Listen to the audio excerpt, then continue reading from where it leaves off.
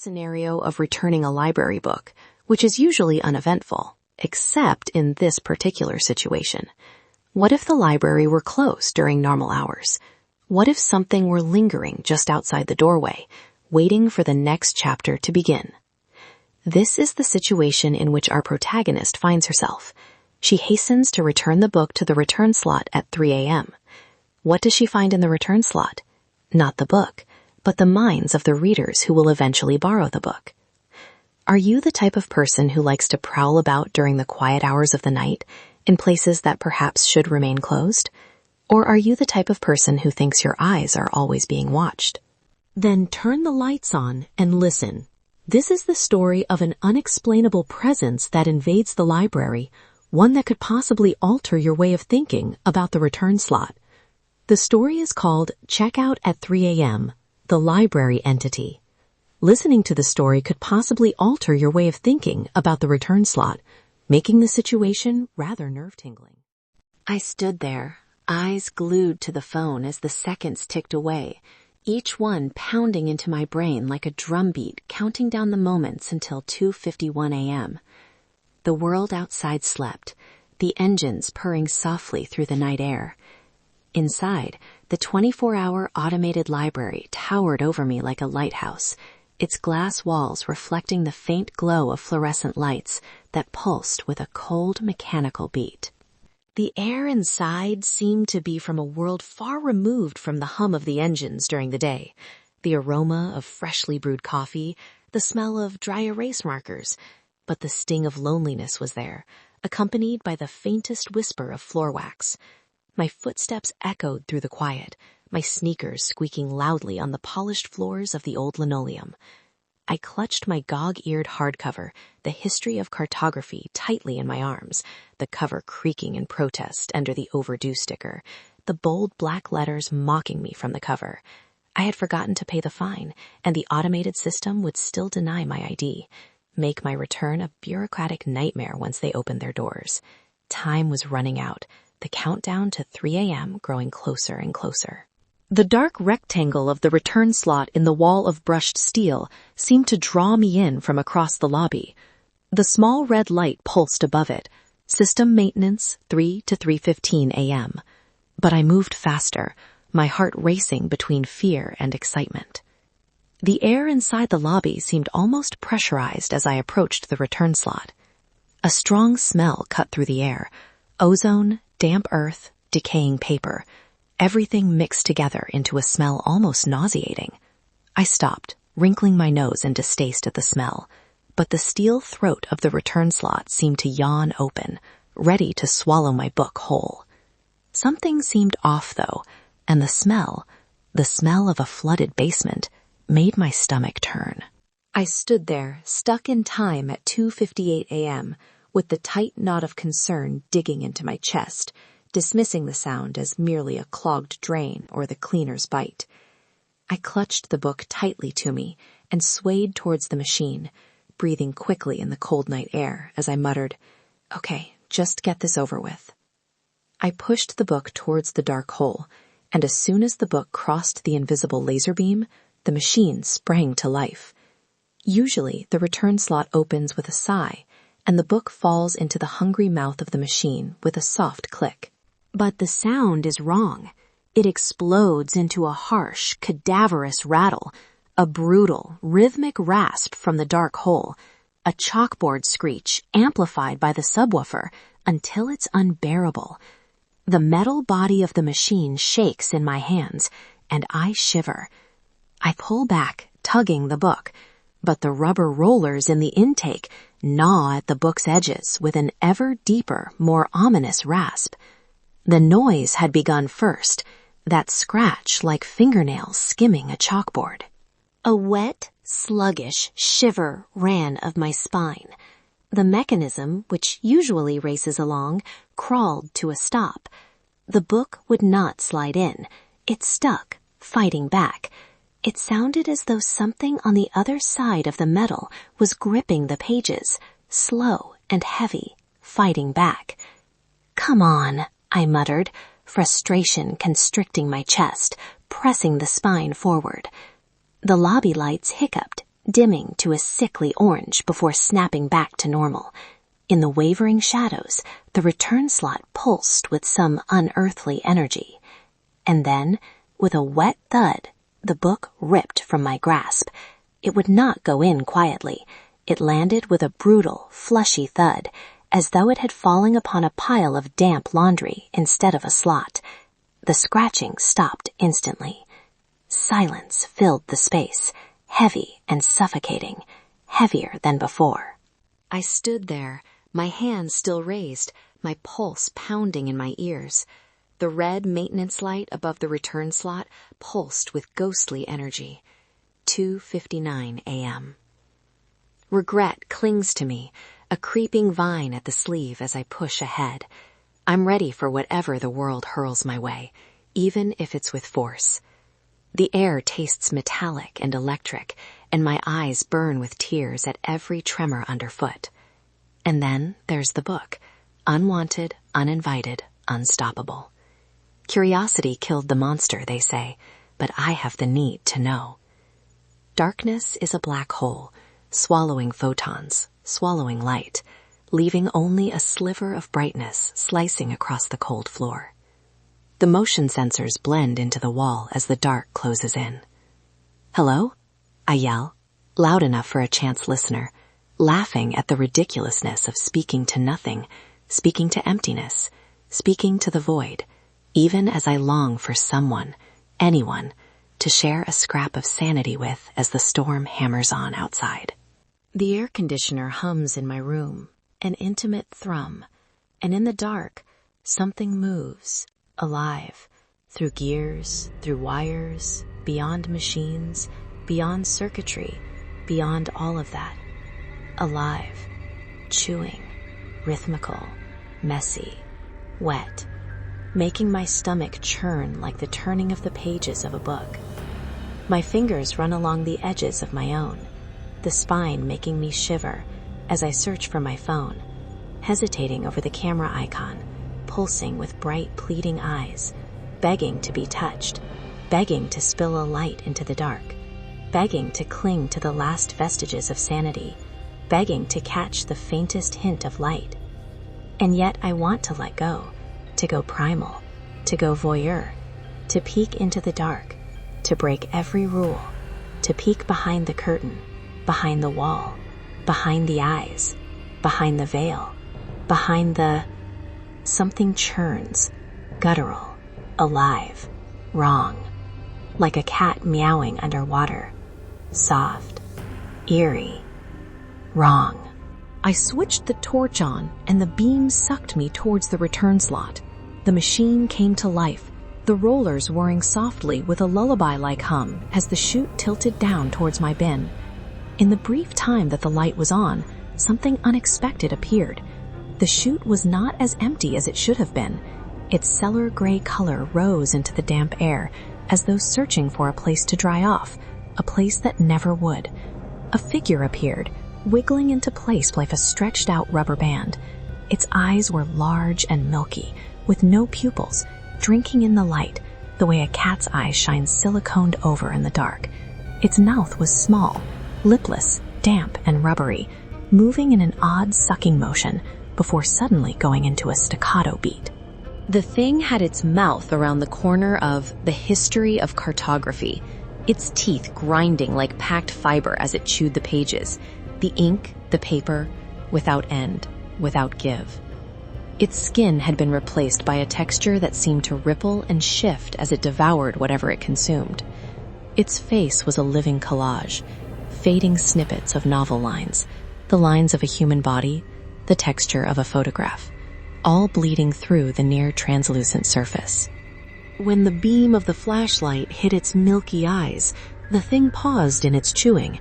A wet slapping sound followed, and then it was silent, its eyes fixed on me, ancient, piercing, as if it had seen the birth of the world. Fear gripped me, my chest constricting with awe and terror. My hand shook. I stumbled backward, nearly dropping my phone. I recovered, slamming a hand on the motion sensor of the exit door. The door opened, a quick, breathless escape from the unsettling presence.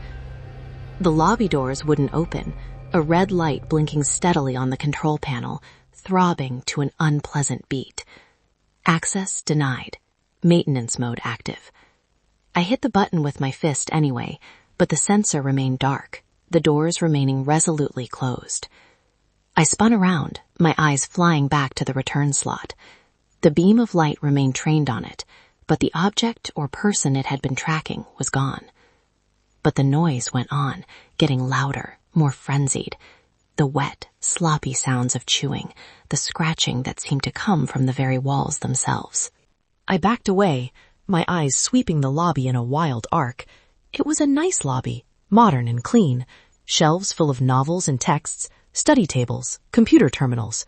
But it felt as though unseen eyes watched me from every corner.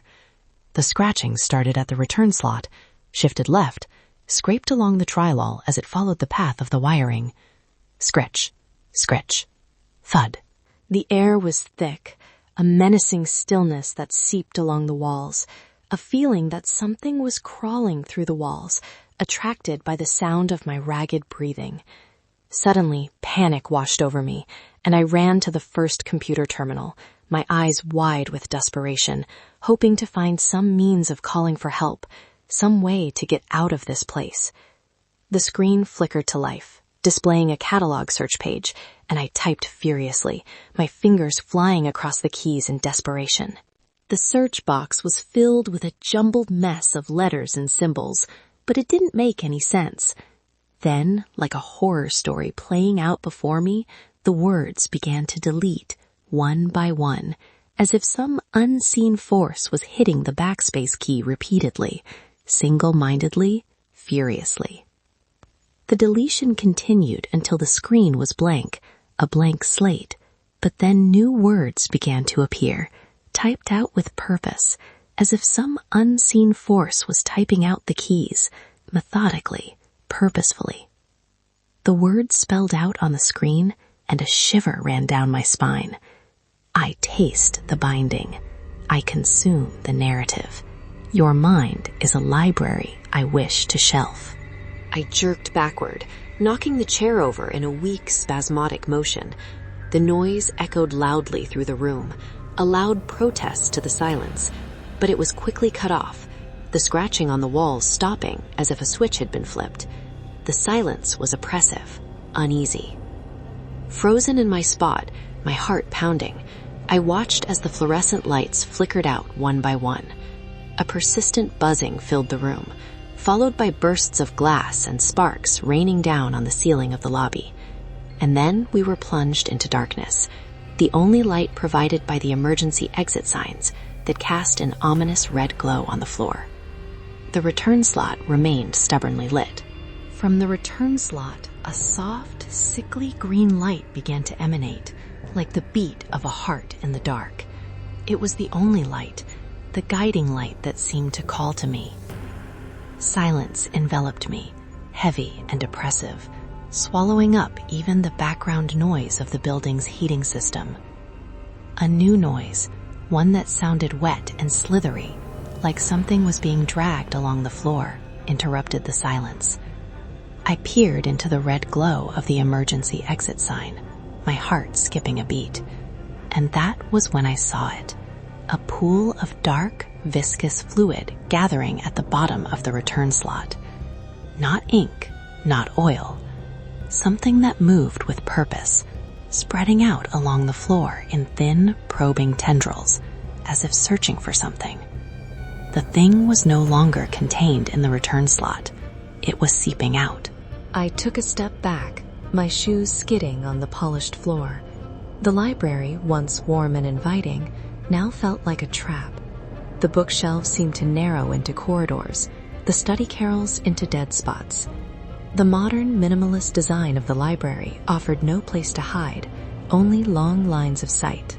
As night fell, a shadow emerged from the midst of the dark.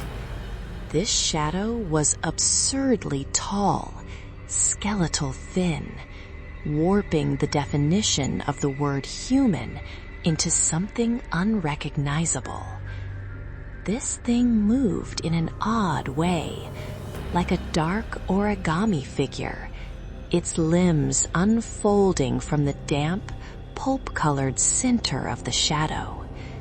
Its skin was like something from a madman's collage, book covers ripped apart and sewn back together in a way that made the images blend into a dull grayish hue.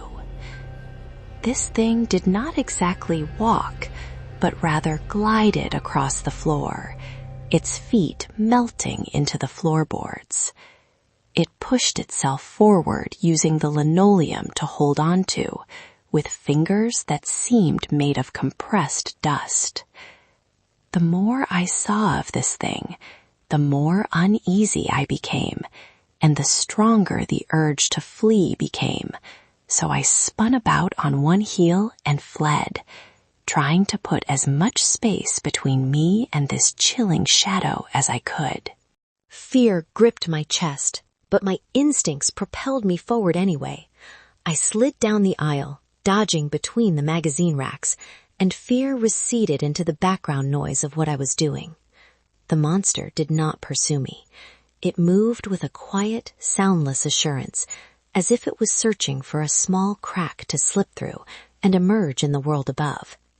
It floated across the study tables, gliding in and out of the bookshelves as if it belonged there.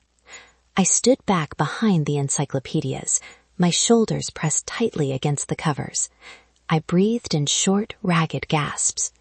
The green light of the return slot pulsed through the darkness, like a heart beating. I peeked out from behind the encyclopedias, and the monster came to a stop, its body turning as it opened towards the world. Its arm extended, twisting and shifting to follow the path it took into my space. The markings on its arm flowed and rearranged themselves to follow its movement. A shape was beginning to emerge, a shape made out of its own body. A map of the library flashed through my mind, a blinking red light leading me to the reference section.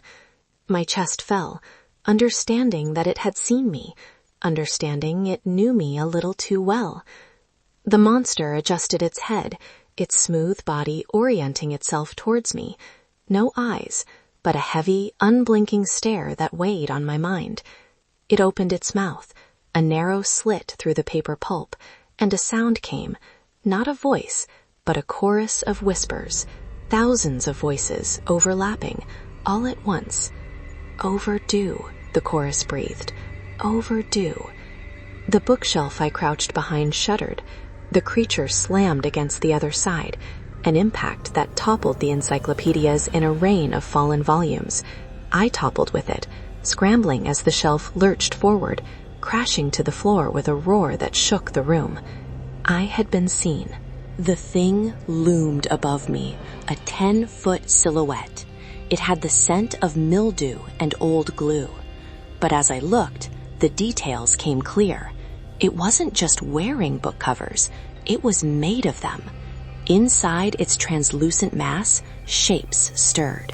Small, rectangular shadows drifted within the gray sludge.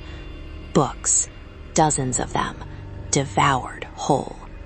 In that moment, I understood what happened to the media slipping into the return slot. It wasn't being sorted, it was being eaten.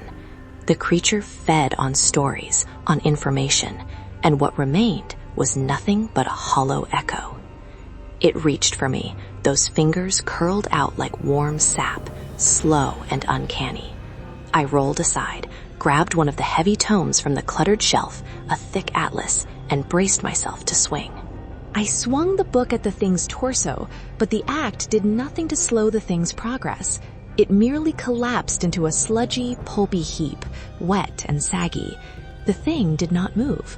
In fact, the atlas seemed to melt into the thing, the cover dissolving into the chest, the pages unfurling like wings before vanishing into the gray mass. It stood there, eyeing the place where the atlas had dissolved, and then shifted its gaze to me. The whispers swelled into a chorus, louder and closer. New, fresh. What the thing wanted was not the books. What the thing wanted was the mind that had written the books. What the thing wanted was the reader, the history that would become its own. I stepped back, my fingers trailing over the edge of the chair as it tilted forward, and a scream caught in my throat. I pushed the chair out of the way, spun around, and ran towards the last faint hope of light, the return slot, its green light pulsing softly. The padlock on the door remained silent and motionless, but the return slot beckoned me, a faint, pale light filtering from the tunnel beyond the building, beyond the sorting room, beyond everything. I knew running towards it was insane, but I had no other choice. And then the sounds came, the rustling of papers, the voices whispering in my mind. "You cannot return what you have borrowed," they hissed. "The debt is eternal." I reached the steel wall, and that green glow was blazing so brightly it was like a glare that I couldn't blink away. The slot was small, barely 2 feet tall. I didn't hesitate. I pushed my last book aside once again, stood up, and stepped through. Pain stabbed through my shoulders as my body was forced through the small slot. The rollers on the floor squealed and groaned, fighting to shove me back into the room. I kicked my book aside once again, stood up, and kept going through the slot, my senses assailed by the taste of ozone and rot. Something cold, dry, and dead touched my ankle.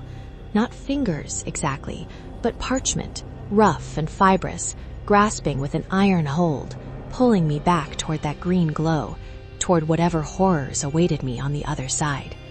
I screamed, my voice bouncing off the walls. I stomped my foot, and something soft gave way, and then I was through, my ribs scraping against the top of the slot as I crashed to the floor. I stood up, gasping, turned, and looked at the slot through which I had just emerged. The green rectangle still glowed. I turned again, bracing myself for whatever horror would come through that slot, the paper-thin flesh that would slither toward me through that slot. Nothing happened. Silence descended. I stood there, my chest constricted, my clothes in shreds, my skin prickling with pain. The room remained silent, apart from the low thrum of the building's generators. I waited, and then another minute passed. The green light in the slot continued to shine. I moved cautiously towards the chute. I peered back through the slot in the direction of the main library. The lobby was dark, lit only by the faint green glow of the slot. The entity wasn't there. The bookshelves were still upright, and the floor was clean, with no gray slush and no wet footprints. It looked as though it had never been there. Panic set in as I exhaled a shaky breath. My forehead pressed against the cool hallucination. Was it a result of sleep deprivation, or was it the stress of looming deadlines? I instinctively reached into my pocket to check my phone, hoping to find solace in the familiar glow of the screen, hoping to confirm my escape from this madness. But my pocket was empty. I frantically patted my jeans, my heart racing, and a sense of dread washed over me. I must have dropped my phone in the library. I recalled the moment I last had it, and my mind replayed the events leading up to this moment. I looked through the slot, and my heart sank. There was my phone, lying on the floor about 10 feet away, its flashlight still shining, casting an eerie glow on the wall. The beam of light created a long shadow, like a desperate hand reaching out. I knew I needed that phone. I couldn't just leave it there. I took a deep breath, squeezed my eyes shut, and stuck my hand back through the slot, straining to reach the phone. My fingertips grazed the cold lobby floor, and I stretched, my fingertips mere inches from the phone.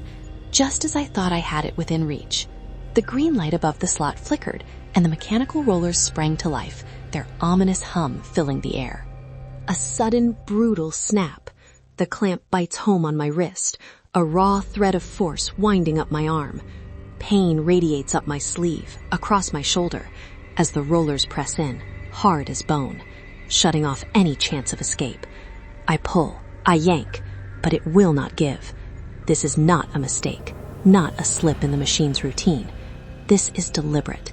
Fear constricts my universe to the infinitesimally small space around me. In this sparkness, the entity is waiting. It has not left. It has been waiting for me to answer the phone. From the darkness, shape, and movement, the entity glides across the floor towards the return slot, not in haste, but with the quiet certainty of a book snapping shut on its last page. Whispers come out of the chute, across my wrist where the clamp bites home. Late, it whispers. Late, late. I stood where the concrete dropped away into a chill that wouldn't quit, a stubborn machine urging me to slide into its cold rhythm. The room closed in, dark and unyielding, my wrists bound, my eyes locked on the green glow of the rectangular device, as something out of the shadows moved closer to the slot. Something faceless leaned forward, something sliding into the slot, and a smell of rotted paper hit me like a blunt, stubborn punch, sharp and unmistakable. Something opened its mouth, and a tar-black fluid oozed into the slot. It touched my hand, cold and heavy, pulling me down, tilting me toward the floor. It was changing, rough and fibrous, taking shape. I stood there, motionless with fear, as it spread through me. My forearm was first, my skin buckling into paper, smooth and flawless. Ink flowed into my skin, inscribing tales of every kind. A scream ripped from my throat as I struggled with all my might to free myself from the kiosk, fear burning hotter than my chest pain. The metal bracket that held the rollers shattered with a brutal crack. My wrist had betrayed me, but I had still managed to escape. I landed hard on the concrete floor, my arm still attached to my injured wrist. The return slot made one last pitiful thud before the green light went dark, clicking shut for good. I wept, sitting in the dimly lit sorting room at a library, holding my wrist against my chest, before forcing myself to my feet and towards the door. My fingers fumbled on the handle, sending me out into the cool night air of the alley behind the building. I didn't look back. I ran, the city lights twinkling, blinding me with their glare. Weeks have gone by, and my pain has subsided, my bruise receding from my skin. But it remains. On my right wrist, just below my pulse, my skin will never heal completely. It will always be pale, smooth, cool to the touch. In the light, words will surface, symbols written in a language I cannot even begin to understand, written into my skin like an impossible watermark. I didn't go back to the library. I didn't touch the kiosk again. But on quiet nights, when the world is still and the air is heavy, I smell ozone and paper on the wind. I know my debt is still owed. I know my debt is still mine. I know the library is still open. I know it's still hungry. It's not the books it's protecting. It's the readers, the ones it's holding captive in the dark, one late return at a time.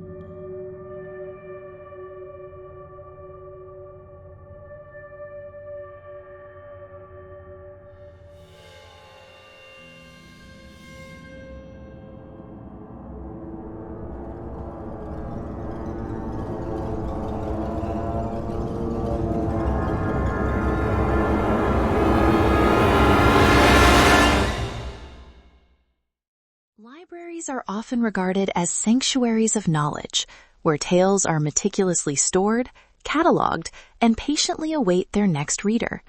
However, a lingering question begs to be answered. What if certain stories refuse to remain dormant on the shelves? What if, within the quiet corridors of these revered institutions, something is actually observing us? Consider the intimate relationship between readers and books. Each time we immerse ourselves in a story, we surrender a fragment of our imagination, allowing our thoughts, fears, and curiosities to become an integral part of the experience. It's possible that unknown entities in the world's obscure recesses have discovered how to exploit this vulnerability, feeding on the very essence of our minds. An entity that doesn't merely collect books, but instead preys on the minds that harbor them. The next time you return a book under the cover of darkness, hear an unusual noise emanating from a drop slot, or catch a whiff of damp paper and ozone when the weather is clear, it might be wise to retreat. Some libraries, it seems, never truly close their doors. In the shadows, an unseen presence might be waiting for the next story to unfold, eager to claim its next victim. As we navigate the realm of 9 Lives of Fear, remember that every story leaves an indelible mark, a shadow that lingers long after the tale has ended. Sleep tight, but beware, for the darkness may be watching. You've survived another tale from 9 Lives of Fear, but don't get comfortable. If the shadows whispered to you tonight, hit like before they whisper again. Share this video with someone who thinks they're brave. Let's see how long their courage lasts. And subscribe, because around here, every click feeds the darkness, and the darkness remembers.